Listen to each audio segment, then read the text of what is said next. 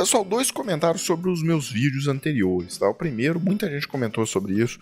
Eu expliquei a situação do Felipe Neto criticando o governo Lula pelas derrotas que o governo Lula teve lá na Câmara dos Deputados ontem. Eu expliquei que o governo mandou a medida provisória para reestruturar a esplanada dos ministérios, né, em relação àquilo que o Bolsonaro deixou. O governo precisa que até dia 2 de junho isso seja aprovado, senão volta os ministérios do Bolsonaro. E aí, a gente não iria reclamar mais aqui que o Ministério do Meio Ambiente perdeu o cadastro rural ambiental para o Ministério da Agricultura, porque o Centrão quis assim, que o governo perdeu lá, o Ministério dos Povos Originários perdeu a função de demarcar terras indígenas, porque o Centrão quis mandar essa função lá para o Ministério da Justiça. Aí a gente estaria discutindo que o Ministério dos Povos Originários seria extinto, simplesmente isso. Agora, o que eu não falei, e que era importante, então eu venho aqui dizer para vocês agora, que o que resolveria essa situação de que o governo fica refém do Centrão, e qualquer governo que entra, tá? As pessoas elegem lá o presidente da República, mas elegem um Congresso que não tem nada a ver com aquele presidente da República. O que resolveria isso seria mudar a forma como se elege a Câmara dos Deputados, tá? O sistema. E parar de eleger da forma proporcional, que é hoje, e adotar o sistema da Alemanha, que é o sistema distrital misto. Isso é o que dizem 10 em cada 10 especialistas em sistemas eleitorais, tá? O sistema distrital misto, o povo teria mais facilidade de identificar o que ele quer. O sistema no qual a gente escolhe os deputados hoje é tão horroroso, né, esse sistema proporcional, que o caso do Tiririca é emblemático, né? O Tiririca foi eleito com 1.300.000 votos lá em 2010 e levou mais 4 deputados que ninguém sabia nem o nome. Deputados que mal tiveram votos, tá? Porque eles foram eleitos com o quórum do Tiririca. O Tiririca bateu 5 vezes o quórum, né?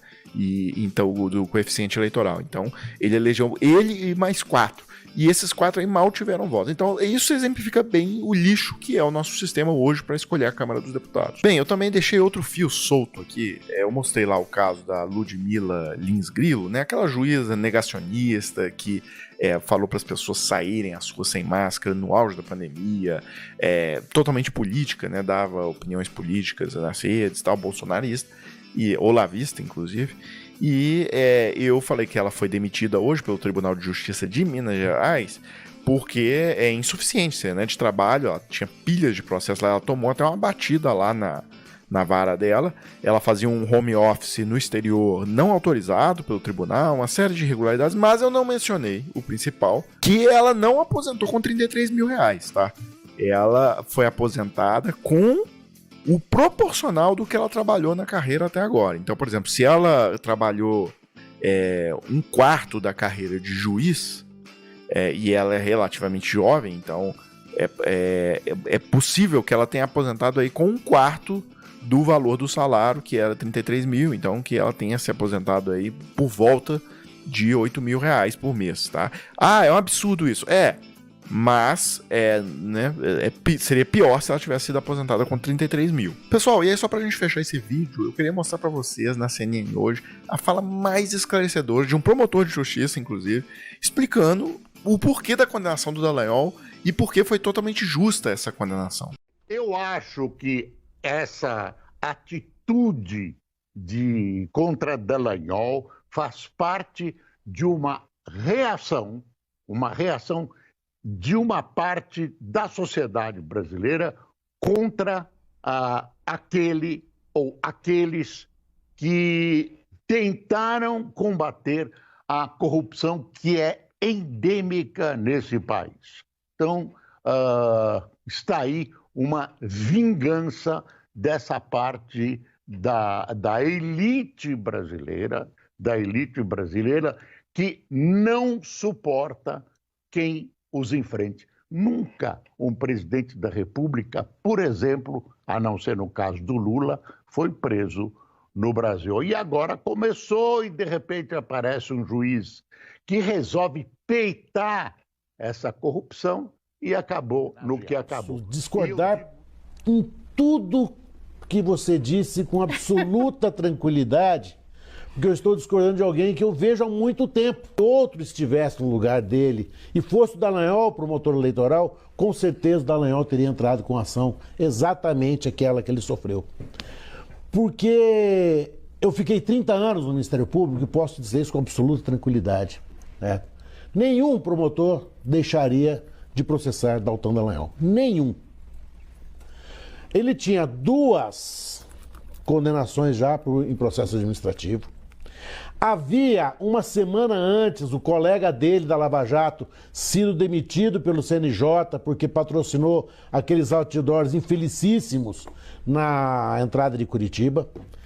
Estava na ponta para ser julgado, pronto para ser julgado. Quando a gente fala, querido Boris, que olha, eram meros procedimentos preliminares, não acredita nisso não, querido. Porque houve defesa, ele se manifestou. Esses procedimentos preliminares dentro do Ministério Público é um pré-processo administrativo. E havia uma situação, querido Boris, terrível. Ele, Dallagnol, havia adquirido um aparelho chamado Guardião, que é aquele aparelho onde se depositam as conversas gravadas, que só poderia ter sido adquirido pela Procuradoria-Geral da República. Não foi. Com autorização do juiz de direito também não foi. Esse dado, esse processo administrativo com mais de 2.000 páginas, né, estava pronto para ser julgado. Dallagnol percebeu a situação e, oportunamente, ele saiu. Aliás, ele saiu apressadamente, ele saiu em novembro, e nós temos aqui uma advogada eleitoralista, ele poderia ter sido só em abril ou março. Ele poderia ter saído 6 meses antes das eleições, e ele saiu bem antes. Bem antes, ou seja, ele percebeu que a casa, como a gente diz num jargão muito ruim, caiu, ou ia cair, o telhado estava desabando sobre a cabeça dele. Correu e deixou para trás. O que a gente tem que entender é o seguinte: a justiça, depois que as coisas passam, ela olha para o campo minado que ficou atrás. É este campo minado que ficou atrás, querido Boris, que justificou a decisão do Supremo. Nós tivemos um juiz que não foi juiz, ele foi um acusador. Tanto assim bem sucedido que ele trocou a toga pelo cargo de ministro.